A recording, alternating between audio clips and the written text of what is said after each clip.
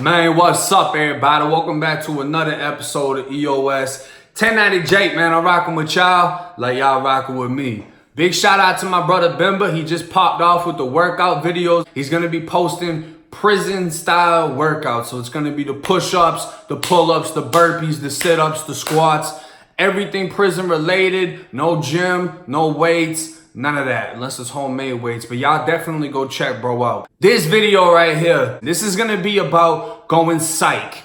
If you don't know what psych is, that's when you just can't take it anymore. That's when you need to get away. That's when you're trying to kill yourself, hang yourself, whatever it is. This is going psych in Florida State Prison. A lot of people have a misconception about people that go psych, and a lot of people go psych for different reasons inside of Florida State Prison. It's not always they want to kill themselves. In fact, the majority of people that go psych have an ulterior motive, and they're using, psychiatric treatment to get what they actually want. Some examples of that is one of the fastest ways to get shipped from a prison to another prison is to go psych.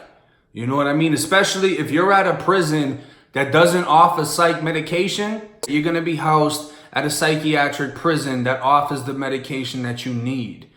These psych camps are 9 times out of 9 the worst prisons you can go to in the state of Florida. Lancaster was a psych camp, was a fucking war zone. Appalachia was a psych camp. That's another war zone. This is where you got the real crazy people, and you can fake it all you want, but you're gonna be around some real crazy ass people. And it's like I've said before, you're not crazy if you think you're crazy. You're only crazy if you think you're normal. So if you're around people that, I'm crazy for real, bro. Man, stop it. Stop it. The one that's crazy is the one that's sitting over there rocking back and forth, thinking what he's doing is normal. You see what I'm saying? So people will go psych to get shipped. How do people go psych? You got, the normal thing where people will cut themselves or hang themselves. And like I said, they're doing this with an ulterior motive. So what they do is they wait until the guards walk around in confinement. Because generally people that go psych, they do it from confinement. So they'll wait until someone walks around before they get to the door, and then they'll act like they got the sheet hung up, whatever it is. A lot of people will use this method. They'll tie the sheet around their throat, put the other sheet in the toilet, and flush the toilet because the force of it, can pull on you. But you're going to loosen it up, and you're pretty much going to act like you're choking yourself when they see you. You might get gassed. It is what it is. But it's going to get you one step closer to whatever your motive is. For me, when I went psych, I cut myself. But it was very tiny. I didn't just slice my, you know what I mean? I kind of like nicked it away, squeezed the blood. And I wiped the blood on a piece of paper that said I'm going to kill myself. I stuck that paper on the window on my door. And then I took wet toilet paper and covered up the rest of the window. So when you looked in my window, it's all blocked off. It's bloody. It says I'm going to kill myself. They opened up the flat, cuffed me up. I went psych, right? And then someone else that I know went psych, but I believe he did it actually trying to kill himself. They took him out for showers. He was on the top tier. He jumped off the top tier. And the CO actually caught him by his ankle. He went to prison at like 14, 15 with 15 years. His people weren't really writing him, nothing like that. And me and him actually went psych together, and we were put inside of psych cells. I lasted 21 days in the psych cell. You're only supposed to be in there for a certain amount of days, and then it's an emergency shipment that you go down to Miami where they have like the psych, doctors and facility and all that. You go down to South Florida Reception Center in Miami, which is like the most lit spot you can go. Phones, K2. The females down there that work are all bad as fuck. Everybody's heard about the nurses, you know what I'm saying? So everybody just wants to go down there for a little vacation, really. And to go down there, you go psych. The thing about it is the time that we went psych, Florida was having a psych emergency where so many people were going psych that they couldn't ship anyone. So we were actually on hold and put on an emergency transfer list, but had to wait because of how many other people were also on this list. So I ended up doing 21 days in the psych cell, which isn't even supposed to happen. I think the max is like 7 days. And I'm completely isolated in this room. I gotta eat with my hands because they don't give you any utensils to eat with. And it was rough, it was crazy. And the reason I wanted to leave the compound is because I was under investigation from people snitching. When they do investigations, you're gonna sit in confinement for like 60 to 90 days. If you go to another prison, you're immediately let out of confinement because it was an investigation at the other prison. So that's why I wanted to go psych. But you got some people that will go insane, literally insane. You got people that will wipe feces all over the walls of their cell, the window of their cell. They'll throw feces at COs. They'll throw piss on COs. You got people that eat their own shit.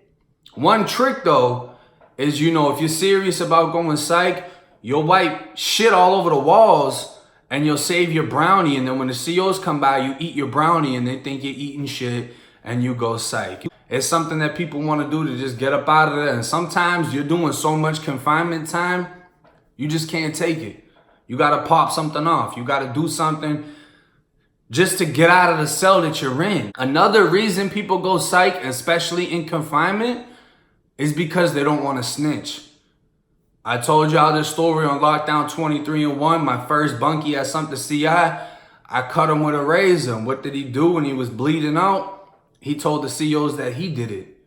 So if somebody hits you up or you got some type of mark on you and they press you and they ask you about it, if you say, I did it, I want to kill myself, you're not putting the blame on the other person. If you stand there and you're cut, they know the other person in the cell what you did it. So if you don't say nothing, even though you're not saying something, you still saying something at the end of the day. You're not saying he didn't do it. So if you're not going to tell me he didn't do it, I'm going to assume that he did it and he's going to get hit with the DI and now there's going to be an issue. But if you just straight up tell the COs, yo, I cut myself, you doing what you're supposed to do, you keeping it real, you not snitching. So people will do it for that reason.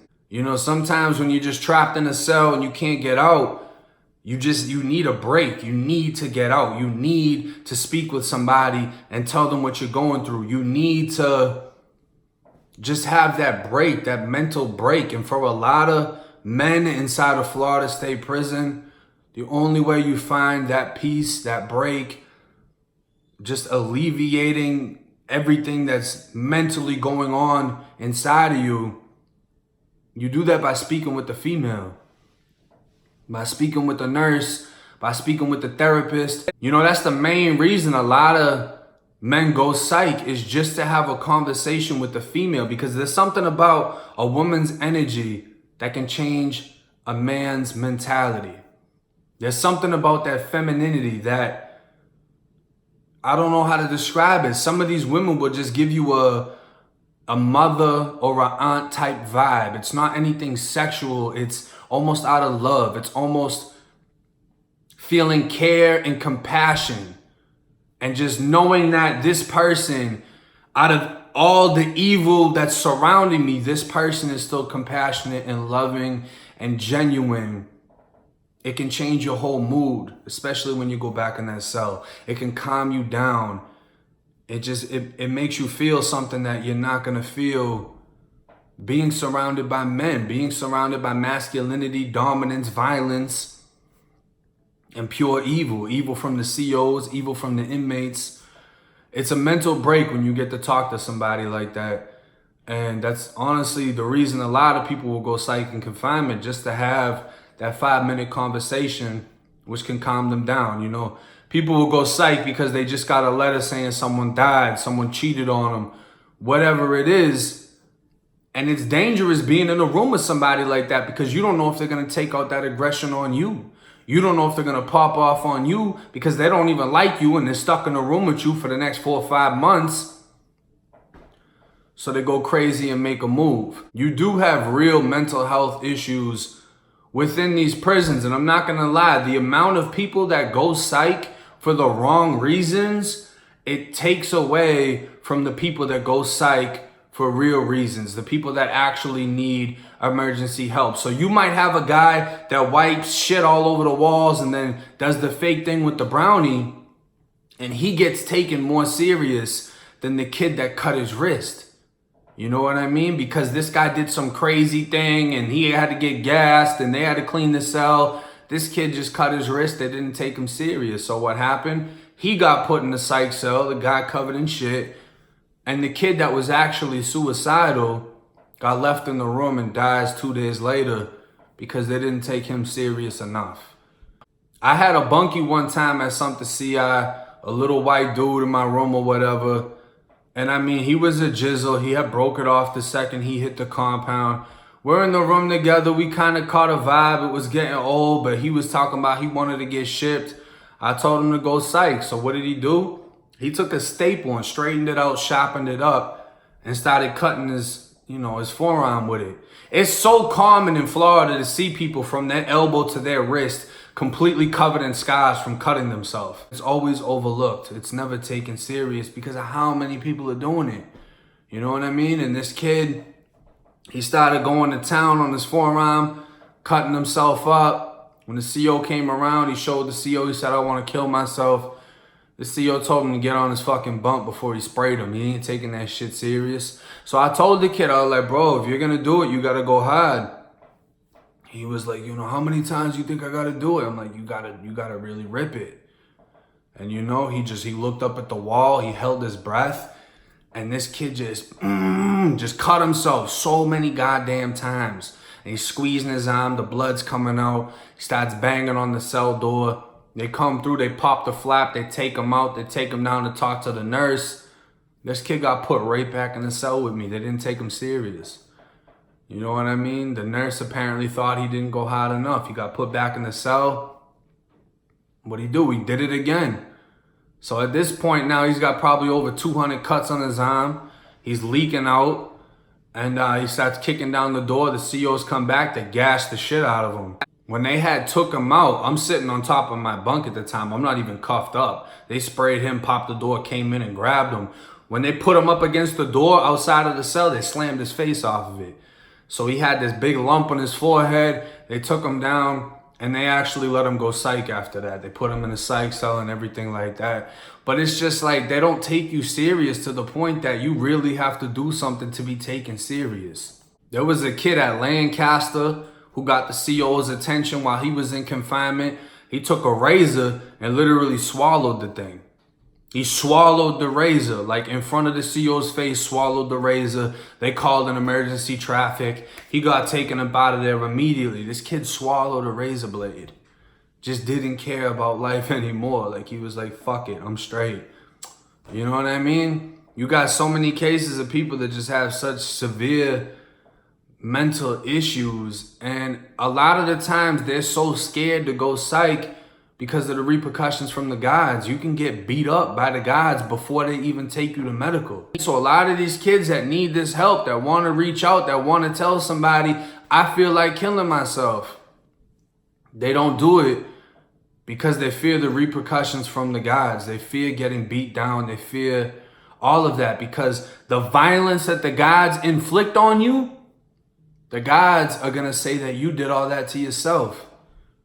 And it just causes some people to just kill themselves because they find it easier going through with it than trying to actually get Psych attention and bringing all that pain amongst themselves from the COs. It's crazy. It is a crazy world. It is a crazy environment. It's sad to see people go through this, but you can't have sympathy in prison.